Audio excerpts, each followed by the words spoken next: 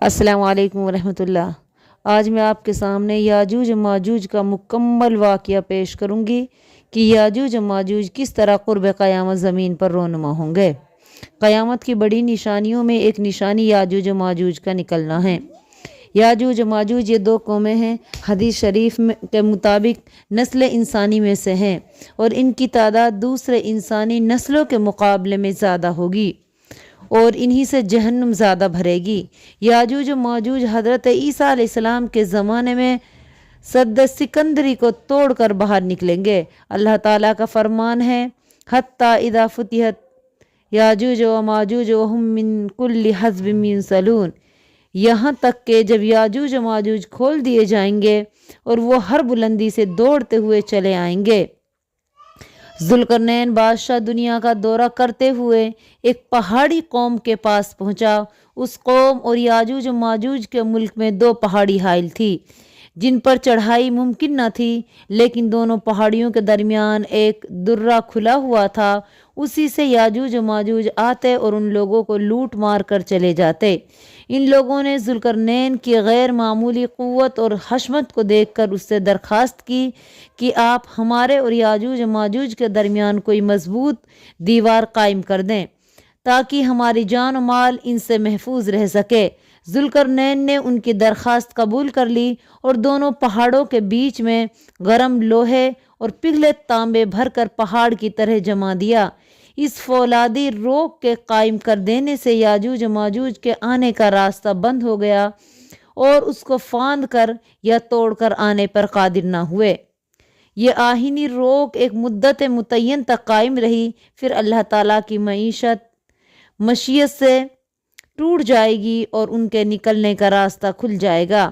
حضرت عیسیٰ علیہ السلام قرب قیامت زمین پر آئیں گے تو ان کے زمانے میں یاجوج و ماجوج یہ دیوار توڑ دیں گے اور ان کے لیے راستہ صاف ہو جائے گا۔ حدیث میں آتا ہے کہ وہ ہر روز اس دیوار کو کھودتے ہیں اور پھر کل کے لیے چھوڑ دیتے ہیں، لیکن جب اللہ کی مشیت ان کے خروج کی ہوگی تو پھر وہ کہیں گے کہ انشاءاللہ کل اس کو توڑ دیں گے، پھر دوسرے دن وہ اس سے نکلنے میں کامیاب ہو جائیں گے۔ زمین میں فساد پھیلائیں گے حتیٰ کہ لوگ قلعہ بند ہو جائیں گے۔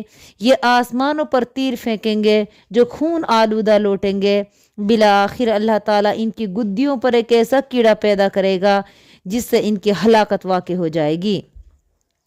یاجوج ماجوج کا تذکرہ آئیے سنت نبوی میں تلاش کرتے ہیں۔ حضرت حذیفہ بن اسید سے روایت ہے کہ ہم بات چیت کر رہے تھے کہ رسول اللہ صلی اللہ علیہ وسلم نے جھانک کر دیکھا اور فرمایا، کیا تذکرہ کر رہے ہو؟ صحابہ کرام نے عرض کیا، قیامت کا ذکر کر رہے ہیں۔ فرمایا، جب تک 10 نشانیاں نہ دیکھ لو قیامت برپا نہ ہوگی۔ نمبر 1، دخان یعنی دھوئیں کا نکلنا، دجال، دابت الارض، آفتاب کا مغرب سے طلوع ہونا، حضرت عیسیٰ بن مریم علیہ السلام کا اترنا، یاجوج و ماجوج کا نکلنا۔ اسی طرح صحیحین میں ہے کہ رسول اللہ صلی اللہ علیہ وسلم ایک دن ان کے پاس گھبرائے ہوئے آئے اور کہنے لگے، لا الہ الا اللہ، بربادی ہے عرب کی اس شر سے جو قریب آ چکا ہے۔ آج یاجوج و ماجوج کی دیوار سے اتنا کھل چکا ہے اور آپ نے انگوٹھا اور اس سے متصل انگلی کا حلقہ بنایا۔ زینب بنت جہش فرماتی ہیں کہ ہم نے عرض کیا، اے اللہ کے رسول، کیا ہم اس صورت میں بھی ہلاک ہو جائیں گے جبکہ ہمارے درمیان نیکوکار لوگ ہوں گے؟ آپ نے فرمایا، ہاں، جب برائی بڑھ جائے گی۔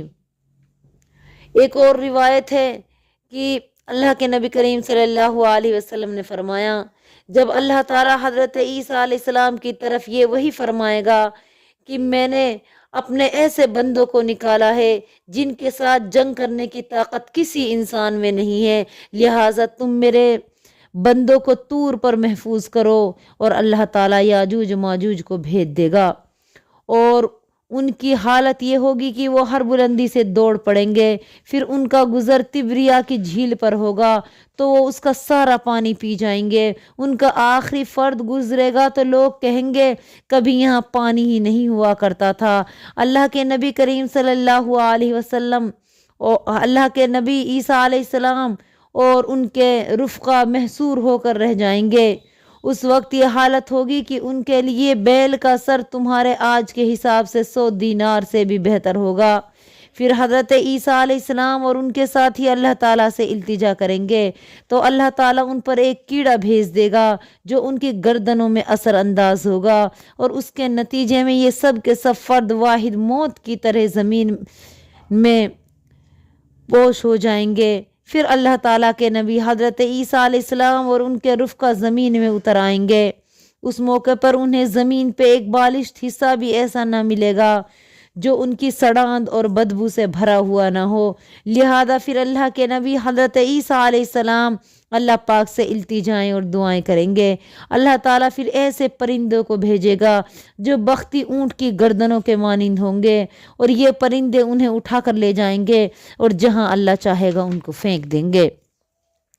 مسلم کی ایک روایت میں ہے، یہاں کبھی پانی ہوا کرتا تھا کہ بعد میں یہ اضافہ ہے کہ پھر وہ چلتے جائیں گے یہاں تک کہ جبل خمر تک پہنچ جائیں گے، اور بیت المقدس کا ایک پہاڑ ہے، اور اس موقع پر وہ لوگ کہیں گے ہم نے زمین والوں کو تو قتل کر دیا، اب آؤ آسمان والوں کو بھی قتل کر دیں۔ چنانچہ وہ لوگ اپنے تیر آسمان کی طرف چلائیں گے اور اللہ تعالیٰ ان کے تیروں کو خون میں بھیگا ہوا واپس کر دے گا۔ یاجوج ماجوج کس طرح کے ہوں گے؟ حدیث نبوی میں ان کا ذکر اس طرح ہے کہ وہ لوگ اپنے ابنائے جنس عجمی، ترکی اور مغلوں سے مشابہ ہوں گے، چھوٹی چھوٹی آنکھوں والے، ان کی ناک چھوٹی اور ہموار ہوگی، ان کے بالوں کا رنگ سرخ ہوگا اور ان کے چہرے چوڑے ہوں گے۔ ان کی کیفیت یہ ہوگی کہ گویا وہ چمڑے میں مڑی ہوئی ڈھالیں ہیں، ان کی شکل و مشابہت اور رنگ ترکوں سے ملتے جلتے ہوں گے۔ جہنم میں زیادہ جانے والے یاجوج و ماجوج ہوں گے۔ حضرت ابو سعید سے روایت ہے کہ رسول اللہ صلی اللہ علیہ وسلم نے فرمایا، اللہ تعالیٰ فرمائیں گے آدم، وہ جواب دیں گے اے اللہ میں حاضر ہوں اور ساری بھلائی تیرے ہاتھ میں ہے۔ اللہ فرمائے گا جہنمیوں کے نکال لو، وہ کہیں گے جہنمی کتنے نکالیں؟ تو اللہ تعالیٰ کہے گا 1000 میں سے 999، باقی مارے غم کے اس دن بچے بھی بوڑھے ہو جائیں گے، حمل والیوں کے حمل ساکت ہو جائیں گے، اور تم لوگوں کو مدہوش دیکھو گے حالانکہ وہ مدہوش نہ ہوں گے، لیکن اللہ کا عذاب بڑا شدید اور سخت ہے۔ یہ بات لوگوں پر کافی گراں گزری اور عرض گزار ہوئے اللہ کے رسول، ہم میں سے وہ ایک شخص کون ہوگا؟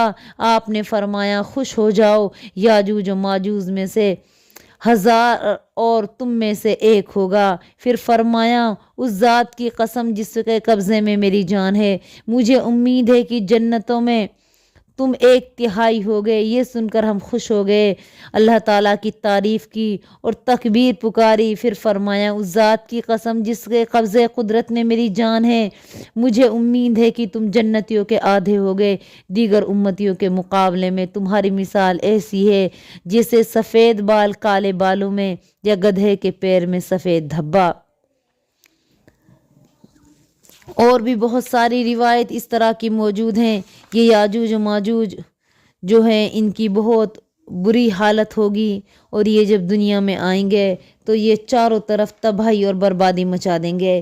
تو ہمیں دعا کرنی چاہیے کہ اللہ پاک ہم کو اس دور میں پیدا نہ کرنا، مولا کریم تمام مسلمانوں کی حفاظت فرمانا، الہ العالمین اس عذاب کو جلدی سے جلد لوگوں سے ہٹانا، آمین ثم آمین، وآخر دعوانا الحمدللہ رب العالمین۔ السلام علیکم ورحمۃ اللہ وبرکاتہ۔